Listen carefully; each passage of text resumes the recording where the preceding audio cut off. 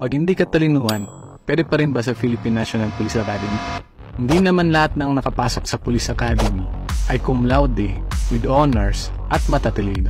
Pero meron pa ring unfair advantage ang matatalino dahil sa academics.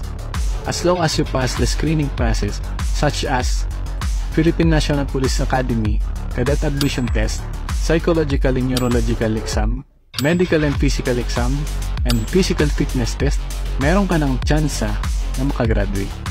There is a science behind this screening process.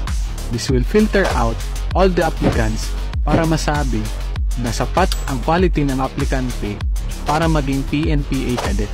However, kahit qualified ka maging PNP cadet, hindi pa rin ibig sabihin 100% makatagraduate ka. Kahit almost perfect ang sistema ng screening process, nakadepende pa rin ito sa aplikante o kadete. Marami pa ring factor na hindi nakakagraduate ang kadete. Meron kasi along taking up the course, nawawala ng willingness to continue dahil mababa ang moral. Nawawala ang focus sa pag-aaral at hindi na nagkakaroon ng disiplina. Personally, hindi ako cum laude or with honors. Pero bakit ako nakapasa at nakagraduate? Lahat naman ng bagay kaya nating gawin basta may dedication at bibigyan natin ito ng focus at time. Kaya ikaw, kung gusto maging alumni ng PNPA, huwag mong gawing rason na hindi ka katalinuhan.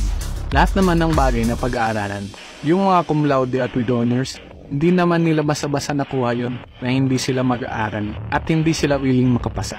Kung may mga tanong kayo, just comment on the comment section. Gagawa natin ng content yan.